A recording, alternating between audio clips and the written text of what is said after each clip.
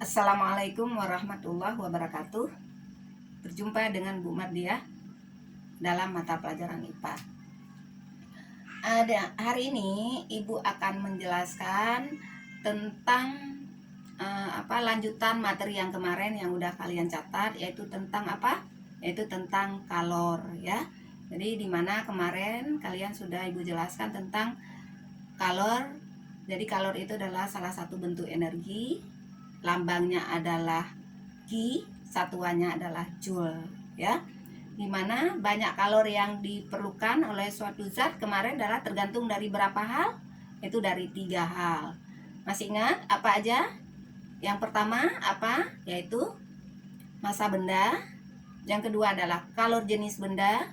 Yang ketiga adalah kenaikan suhu. Nah, hari ini Ibu akan menjelaskan tentang penyerapan kalor. Berapa banyak kalor yang diserap oleh suatu benda? Apakah itu untuk menaikkan suhu ataupun untuk perubahan wujud ya. Sekarang coba perhatikan.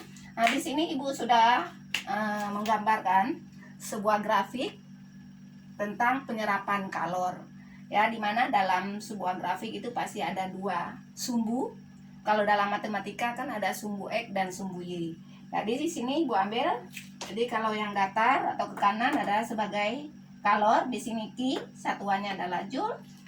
Kalau ke atas berarti adalah T, suhu, satuannya adalah derajat Celcius.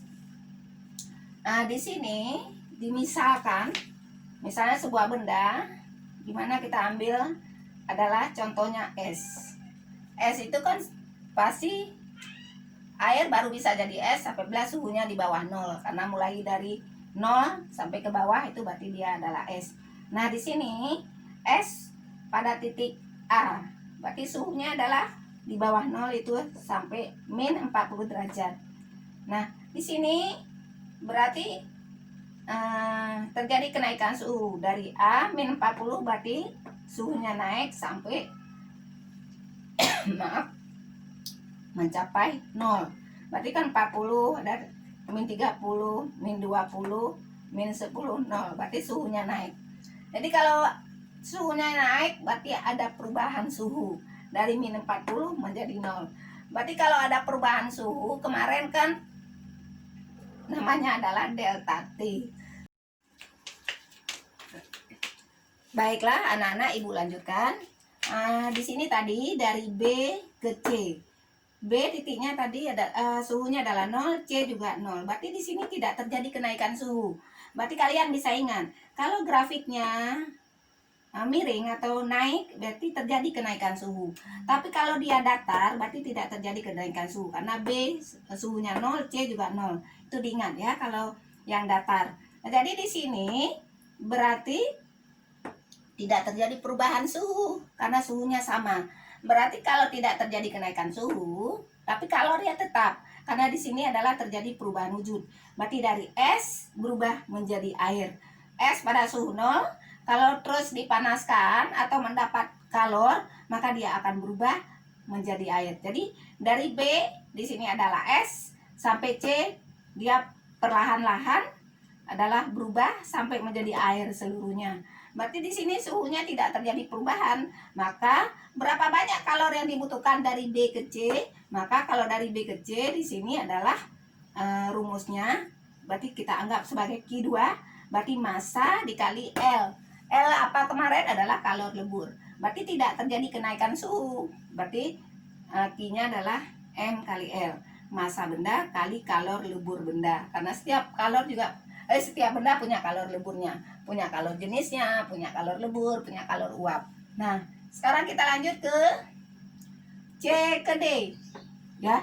Nah, di mana dari B tadi kan masih es, di sini udah jadi air. Nah, air pada suhu 0 derajat. Nah, dipanaskan atau diberi kalor misalnya, sehingga dia berubah suhunya naik misalnya dari 10 sampai 50 sampai 100 ya, sampai D. Berarti dari ini air sampai D juga air, tapi sudah mulai mendidih, karena air mulai mendidih adalah pada suhu 100 derajat. Nah, berapa banyak kalor? Ya, nah di sini bisa dihitung. Jadi untuk menghitung jumlah kalor dari titik C ke titik D, Berarti kita menggunakan rumus yang ketiga. Apa rumus yang ketiga di sini? Karena terjadi perubahan suhu, berarti rumusnya terdiri dari 3 hal tadi, atau yang dikenal kemarin ibu katakan ya, biar gampang diingat dah, macet ya. Jadi tergantung massa benda, tergantung kalor jenis. Karena di sini dari titik C ke titik D jenisnya sudah air, bukan lagi es, maka gunakan nanti adalah kalor jenis air. Dan perubahan suhu, berapa perubahan suhunya dari 0 sampai 100? Berarti dari 0 sampai 100 berarti perubahan suhunya adalah 100 ya. Jadi menggunakan rumus yang ketiga ini, massa dikali kalor jenis air dikali dengan perubahan suhu. Itu kalau dari C ke D. Nah, sekarang kita lihat dari D ke E. Ya, dari D ke E berarti di sini grafiknya datar lagi. Dari D itu masih air ya. Terus dipanaskan terus, maka dia akan menjadi uap ya. Tapi tidak terjadi kenaikan suhu sampai kalau kita panasin air itu terus-terusan sampai kering airnya, udah jadi uap air semua ya. Jadi di sini juga tidak terjadi kenaikan suhu, suhunya D tetap 100, yang E juga 100. Berarti bagaimana kalau mencari berapa banyak kalor, butuh kalor nggak sampai air itu habis semua dalam panci misalnya, berarti butuh kalor ya, pasti di sini bergerak kalornya. Berarti untuk mencari jumlah kalornya di sini adalah kita gunakan ibu misalkan sebagai Q4. Berarti untuk mencari jumlah kalornya, massa dikali kalor uap. Jadi karena udah berubah menjadi uap, berarti menghitungnya mengalihkan dengan kalor uap. Karena setiap zat punya kalor uapnya masing-masing. Ya, seperti itu. Nah, selanjutnya kalau dari E ke F, miring lagi grafiknya naik, berarti terjadi kenaikan suhu. Nah, di sini kenaikan suhunya misalnya dari 100 menjadi 120. Berapa naiknya? Suhu akhir dikurang suhu awal ya. Delta T-nya itu suhu akhir dikurang suhu awal. Misalnya 100 dari 0 ke 100, 100 kurang 0 ya 100. Misalnya 100 ke 120, 120 kurang 100 berarti 20. Terus kalau dari sini tadi misalnya min 40 menjadi 0. 0 kurang min 40 sama juga 0 tambah 40 berarti 40 ya. Jadi kalau untuk grafik yang naik berarti ada perubahan suhu, ada delta T-nya. Maka rumus yang digunakan adalah macet, MC delta T. Tapi kalau grafiknya datar, berarti di sini tidak terjadi kenaikan suhu, tapi perubahan wujud. Nah, dari B ke C, perubahan wujud apa? Dari S menjadi air, berarti ini adalah melebur, mencair. Maka dikatakan M kali L atau rumusnya M kali L. Nah, kalau di sini berarti kan datar juga. Berarti perubahan wujud dari air menjadi uap. Jadi menjadi gas istilahnya. Berarti di sini adalah menguap. Ya, butuh kalor. Jadi di sini kalau yang datar berarti tidak ada delta T-nya, tapi kalau yang naik, yang miring begini, berarti ingat harus ada delta T-nya. Paham kira-kira ya? Ya, nanti akan kita coba menghitung atau melihat contoh soal di mana cara menghitung jumlah kalor yang diperlukan oleh suatu zat untuk mencair atau untuk perubahan wujud. Paham ya anak-anak? Ya. Sekarang kita lanjutkan atau melihat salah satu contoh soalnya. Ya. Jadi Ibu akan menuliskan soalnya dulu.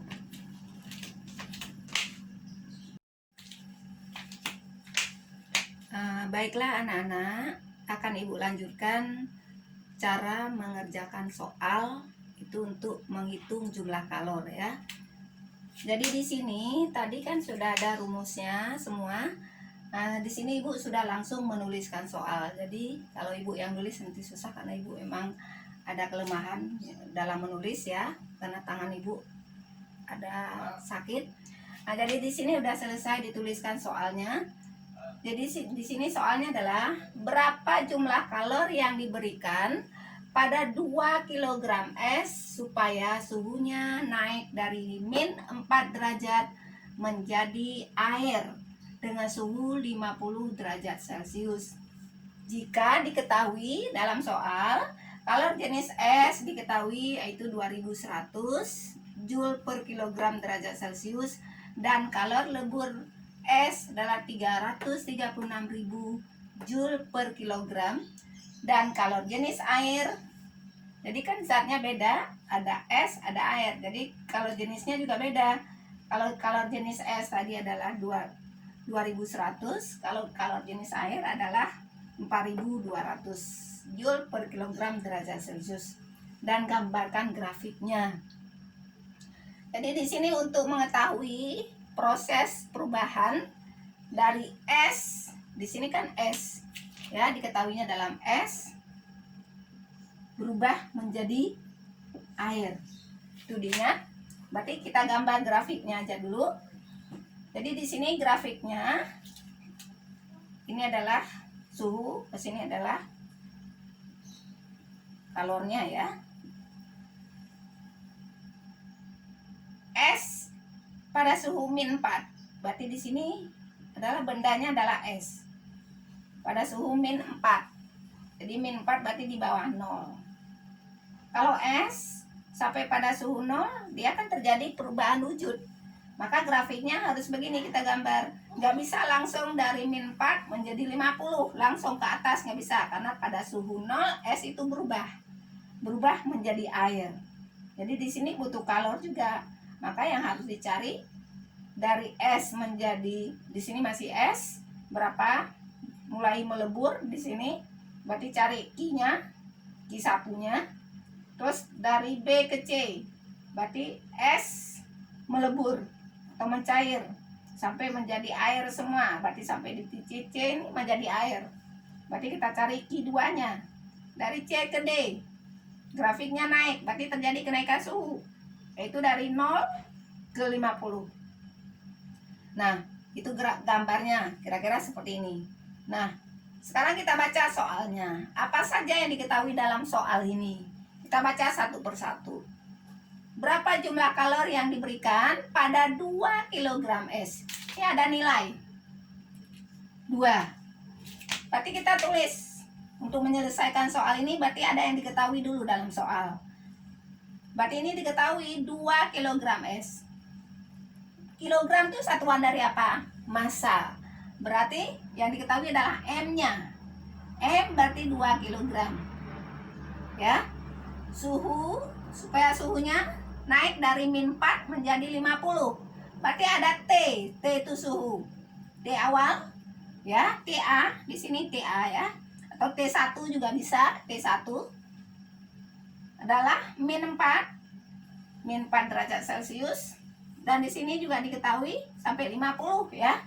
Jadi di sini ada -4, nilainya T-nya ada 50.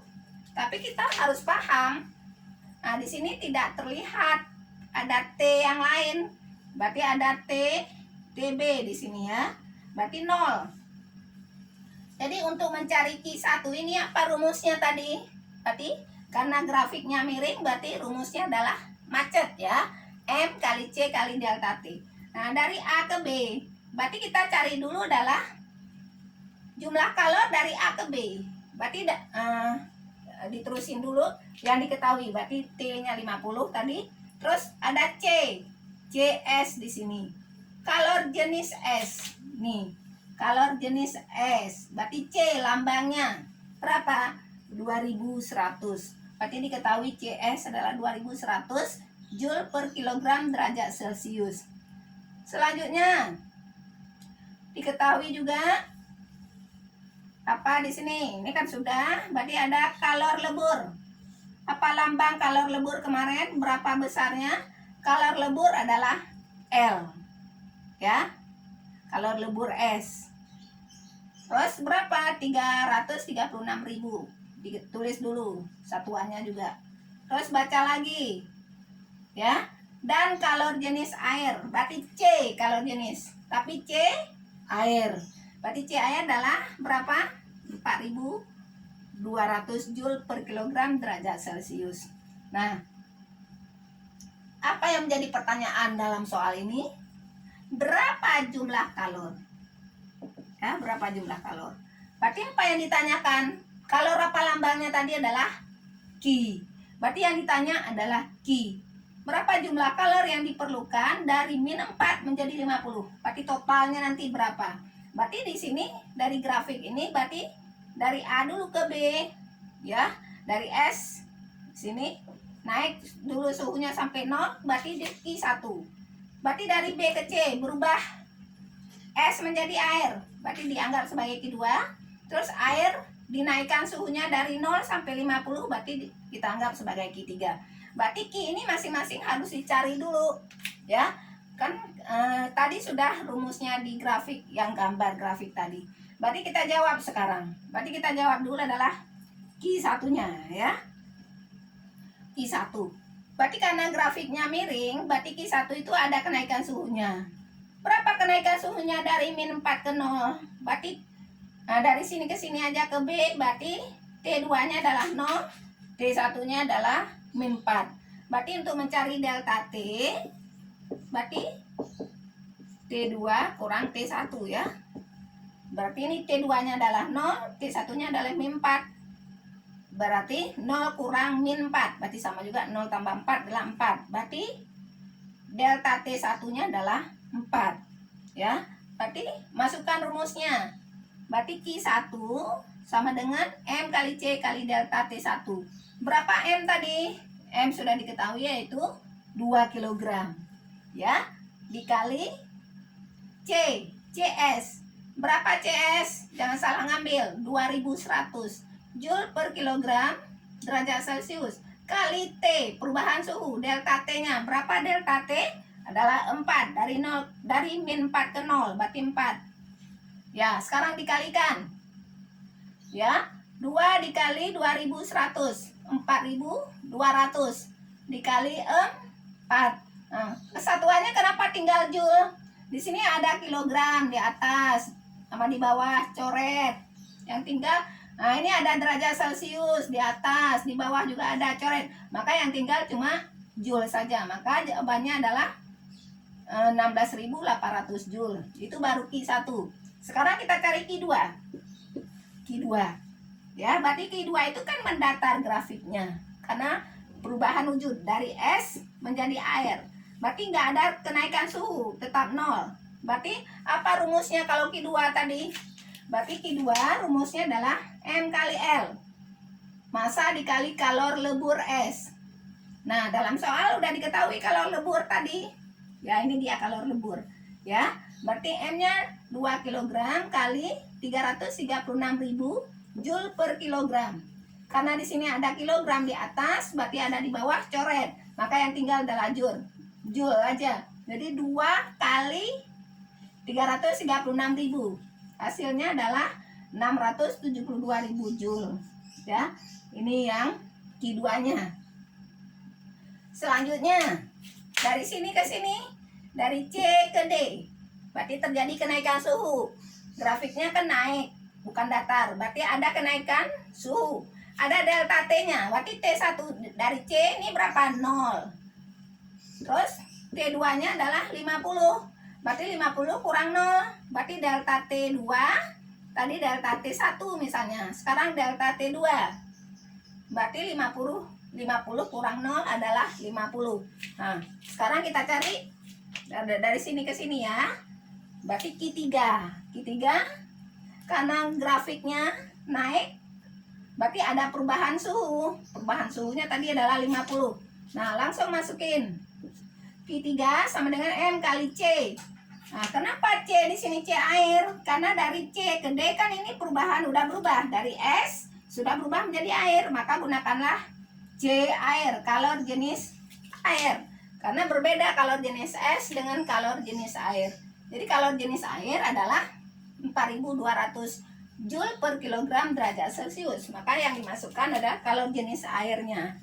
Ya, berarti M-nya ada tetap 2 kali kalor jenis air 4.200 Joule per kilogram derajat Celcius kali perubahan suhu. Dari C ke D, perubahan suhunya adalah 50. Maka dipakai 50. Langsung dikalikan, berarti ini adalah 2 kali 4.200 kali 50. Hasilnya adalah 420.000 Joule. Nah, ini kan berarti masing-masing Q1 dari A ke B. Ini dia jawabannya. Kalau Q2 berarti dari B ke C. Kalau Q3 berarti dari C ke D. Yang ditanyakan dalam soal berapa kalori yang diberikan 2 kg es dari min 4 menjadi 50. Berarti dari titik A sampai ke titik D. Berarti total. Nah, berarti kita untuk mencari Q totalnya, karena yang ditanya adalah Q total, berarti kita harus menjumlah Q1 ditambah Q2 tambah Q3. Maka jadilah Q total adalah Q1 tambah Q2 tambah Q3 sama dengan 16.800 Joule tambah 672.000 Joule tambah Q3-nya adalah 420.000 Joule. Berarti totalnya adalah 1.108.800 Joule. Supaya angkanya nggak besar, kita rubah satuannya, dijadikan kilo. Berarti dari Joule ke kilo kan naik 3 tingkat, berarti dibagi 1000. Maka jawabannya adalah 1108,8 kilojoule. Jadi dirubah satuannya supaya angkanya tidak terlalu besar. Jangan sampai jutaan misalnya. Paham kira-kira ya? Tolong disimak, diulang-ulang lagi, diperhatikan. Dari mana ini dapat semua. Paham ya? Mudah-mudahan kalian bisa mengerti. Nanti Ibu akan memberikan soal. Kalian akan mencoba menghitung sendiri. Paham ya? Jadi kadang-kadang nanti dalam soal nggak seluruhnya. Bisa aja grafiknya cuma begini aja. Misalnya dari sini ke sini. Berarti dari titik A ke B aja. Berarti Q-nya satu aja yang dicari. Nggak perlu baca banyak. Tapi kalau dari A ke D ini kan ada 3. Berarti harus Q-nya sampai Q1, Q2, Q3. Jadi tergantung soal nanti. Paham ya? Mudah-mudahan bisa dipahami semua. Itu saja. Assalamualaikum warahmatullahi wabarakatuh.